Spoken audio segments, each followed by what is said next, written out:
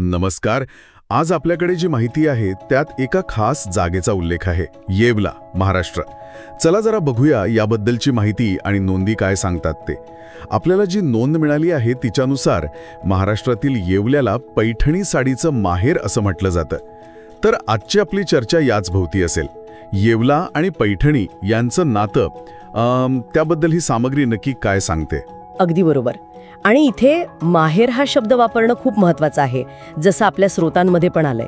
यातनं केवळ निर्मितीचं ठिकाण एवढाच अर्थ नाहीये, तर त्या जागेचं पैठणीशी असलेलं एक भावनिक नातं, एक पारंपरिक नातं ते अधोरेखित होतं. म्हणजे ही फक्त भौगोलिक ओळख नाही राहत, मग ही एक सांस्कृतिक ओळख बनते. हे खरंच खूप इंटरेस्टिंग आहे. मग आपल्या श्रोत्यांमधून या माहेर असण्यामागे काही विशिष्ट कारणं समोर येतात का? म्हणजे आपल्याला माहित आहे की पैठण हे मूळ गाव आहे, मग येवल्याला हे स्थान कसं मिळालं असेल? काही अंदाज? हो, काही धागेदोरे नक्कीच मिळतात. म्हणजे काही नोंदी असं सांगतात की पेशवाईच्या काळात पैठणी विणकरांचं स्थलांतर झालं येवल्याकडे. अच्छा.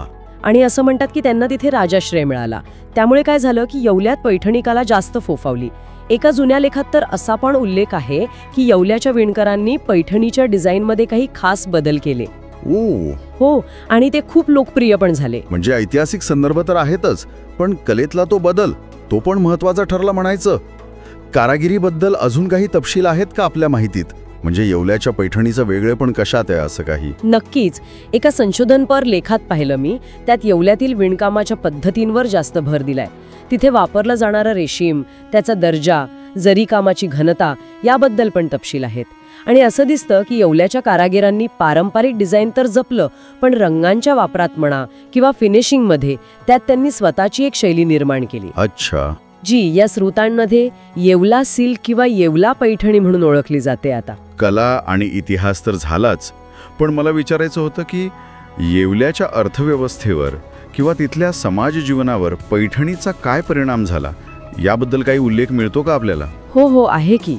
काही नोंदींमधून हे स्पष्ट होतं की पैठणी विणकाम हा म्हणजे येवल्याच्या अर्थव्यवस्थेचा कणाच बनला.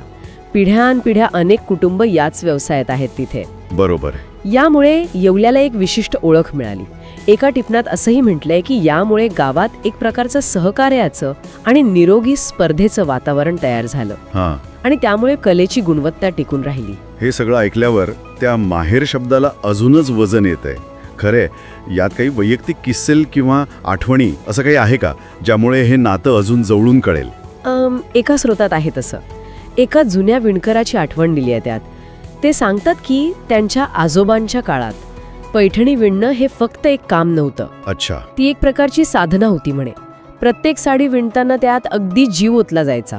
काय म्हणतात? हो, आणि ही जी भावनिक गुंतवणूक आहे ना, तीच कदाचित येवल्याला पैठणीचं माहेर बनवण्यात जास्त कारणीभूत ठरली असेल असं वाटतं. खरंय.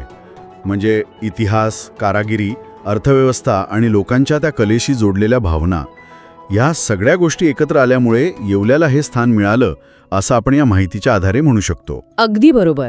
उपलब्ध सामग्री बघता येवल्याची पैठणीच्या परंपरेतील ओळख ही फक्त उत्पादनापुरती मर्यादित नाहीये. त्याला एक ऐतिहासिक, कलात्मक आणि भावनिक खोली आहे, जी त्या माहेर या एका शब्दात अचूकपणे व्यक्त होते. तर आपल्या या चर्चेतून जी माहिती आपल्या समोर आहे त्यावरून हे स्पष्ट होतं की महाराष्ट्रातील येवला शहर पैठणी साड्यांसाठी केवळ एक महत्त्वाचं निर्मिती केंद्र नाहीये, तर ते त्याचं सांस्कृतिक आणि भावनिकदृष्ट्या माहेरघर मानलं जातं. हो, हे दाखवून देतं की उपलब्ध माहितीनुसार पैठणीच्या परंपरेत आणि ओळखीमध्ये येवल्याचं स्थान किती खोलवर रुजलेलं आहे. आणि या सगळ्या माहितीच्या आधारावर एक विचार करण्यासारखा प्रश्न नक्कीच मनात येतो. एखाद्या जागेला एखाद्या कलेचं किंवा वस्तूचं माहेर म्हणून ओळख मिळण्यासाठी नेमकं काय लागतं असेल? फक्त ऐतिहासिक संबंध पुरेसे ठरतात, की कारागिरीतला तो वेगळेपणा जास्त महत्त्वाचा असतो, की मग त्या जागेच्या लोकांचं त्या कलेशी असलेलं ते भावनिक नातं ते सगळ्यात निर्णायक ठरतं? येवल्याच्या बाबतीत यापैकी कोणता घटक सर्वाधिक प्रभावी ठरला असेल? हा एक विचार करण्यासारखा मुद्दा आहे.